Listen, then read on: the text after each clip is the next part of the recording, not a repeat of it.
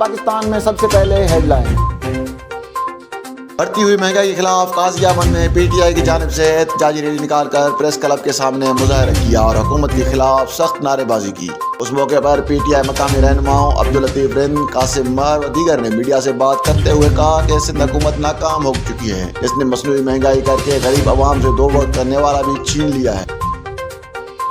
बलोचिस्तान के जिला देराबुगटी के इलाके सुई में मुसल्ह मुल्ज़िमान के मुखालिफिन के घर में घुसकर फायरिंग, खातून समेत 2 अफराद जाम बहक, बच्ची जख्मी। सुई के नवाई इलाके शाही पट में 2 गुरोहों में रिश्ते के तनाज़े ने एक ही खानदान के खातून समेत 2 अफराद की जिंदगियां निगल ली। जैकाबाद में खसूसी अफराद का बढ़ती हुई महंगाई के खिलाफ एहतजाज, प्रेस क्लब के सामने इशारों की मदद से नारे लगाए। खसूसी अफराद ने हाथों में दर्ज नारों पर मुश्तमिल बैनर और प्ले कार्ड उठाए, शहीद अला बख्श उमर चौक से प्रेस क्लब तक मार्च किया और एहतजाज रिकॉर्ड कराते इशारों की मदद से नारेबाजी की। कश्मीर में अगवा बराए तावान, कत्ल गारत, डकैती की वारदातों और दिन ब दिन बढ़ती हुई बदअमनी के खिलाफ हिंदू कम्युनिटी कॉल पर शहरियों का एहतजाज, शहर में अमन बहाल करने का मुतालबा।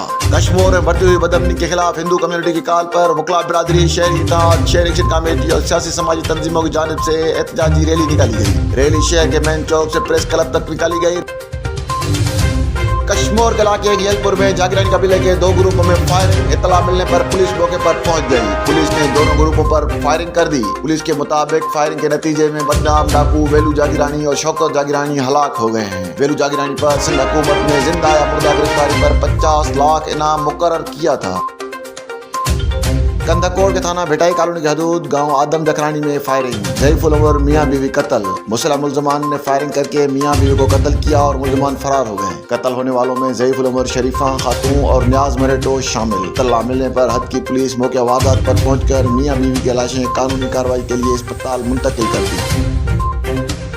हेडलाइंस आपने जानी, बढ़ते हैं तफसीलात की जानी।